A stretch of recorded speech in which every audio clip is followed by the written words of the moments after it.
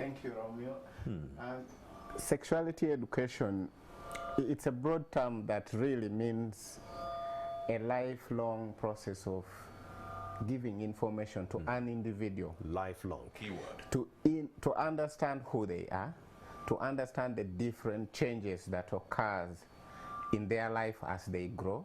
I call it lifelong because sexuality education goes up to even, there is an element that we don't talk about of menopause and andropause and all that. But I want to bring it home. For young people, when we're talking about sexuality education for young people, we are talking about the process of giving them information to understand who they are, to understand the different changes that happens in their life as they grow, and what each of those changes mean in terms of the risk that comes with them, in terms of the responsibilities that come with them, in terms of the possible actions that they can engage in and can risk their life. So they need to understand all those. I want to also bring it back in terms with practical example. For example, when a girl grows and she's reaching adolescence, she will receive her first menarche, which is her first menstruation. And so sexuality education is supposed to help her understand what menstruation is, what it means for her body, what it means for her life, what's the responsibilities that come with it, how can she take care of herself, what risk that is there. So this girl is supposed to be guided to understand that, such that when it comes to that time, they're able to take the responsibility on their own. So it's really about giving these young people progressive information to understand the different changes that happens as they grow and the responsibility that comes with it. And that information is so important for them because it helps them when they are interacting with the rest of the world, with the rest of the people, to first understand who they are, to understand what is happening in their body, and be able to act accordingly and take responsibility. And that's what we mean, that they will be able to make informed choices.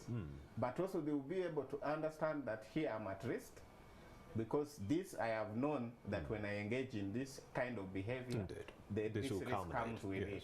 But also, what option do I have to keep myself safe?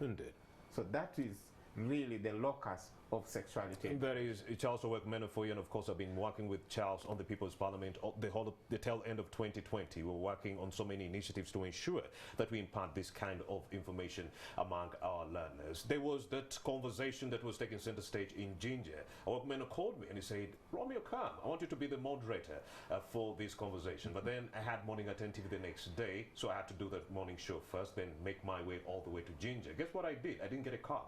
I took a border from Kampala here all the way to Ginger. So the big idea is, as a leader, when you're called on to, maybe there's an emergency, what do? Do you push it under the rug and say, I'll address this tomorrow?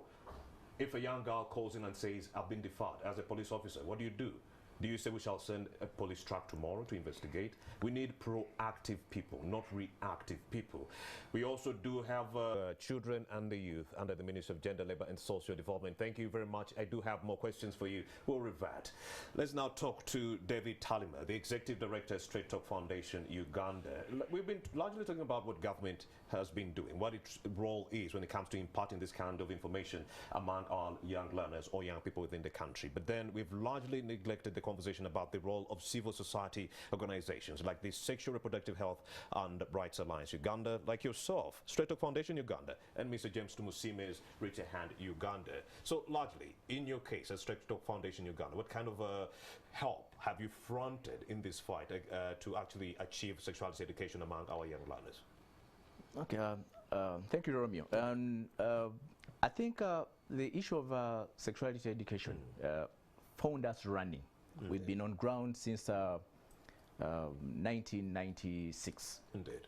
And so the issues and the challenges around sexuality education found us already on ground running. You really helped my generation. And we, and we basically target young people between the ages of 10 and 24.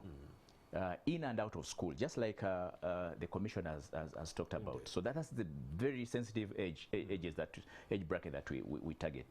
And so it found us already on the ground running. And so we into the business of social behavior change communication. And we deliver this to the young people. And we're not only looking at the young person per se, but we are looking at the sub-systems, the substructures, other structures around the young person that can help the young person understand issues even when we are not on ground. So we talk about the parents, we talk about the leaders, we talk about the religious leaders, just religious and cultural leaders, just like the commissioner has talked about. And so in institutions and of course in the communities. And so for us, what we've done is in the era of COVID-19, of course, that's where the issue is. In the era of COVID-19, we've looked at how we can tap into what the platforms that we already have of getting to the young people that we've been using since time immemorial, and see how do we amplify this. Talk about the radio, talk about the social media, web pages, and so on, Twitter, Facebook, WhatsApp. Okay, we have all these. And so it's now a time when we need to amplify these, because then we're not able to reach to the young person per se on the face-to-face. Yes. But we have the platforms where we can reach. And so we are amplifying on this and trying to see how do we reach with what kind of information. Okay? Yes. And so we're riding on that. And we're seeing ourselves being able to get to the young people. And also on top of that, we also trying to amplify the print. All right. And of course today we'll be looking at largely digital. Exactly. Both digital and physical, and you know, hard copies. Yes, I'm going to task you on the physicality bit. Yes.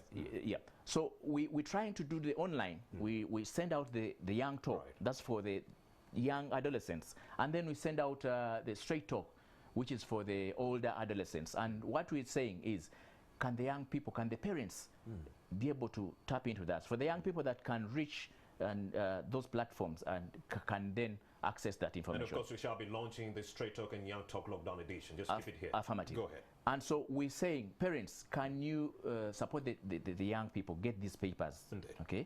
Print them out, take them home, read them, sit together and read them and discuss what are issues here. And we have voices of different young people from different parts of the country, you know, writing in and trying to inform others about how the challenges that they're going through and how they're dealing with those challenges. So that you share those best practices. Exactly. Indeed. So but then here are the statistics. Okay. So the online papers, for example, we've left them for those that can access, say, around the cities and so on and so forth. Those that can get on the internet and so on. Like I said, we have the print, the physical print that we take down.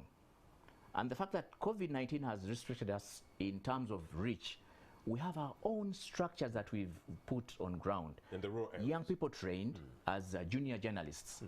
They are in constant interactions with their fellow young people at family level, at home level.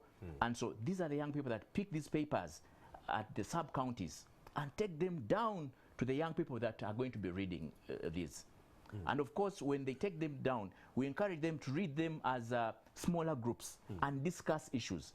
If there are any issues or questions that they come up with, the junior journalists get them back to us and tell us these are the issues. And those ones are again revisited in the next paper that we'll be writing. Amazing. So, and then we have our peer education structure. Yeah. Still at the community level, in the rural areas.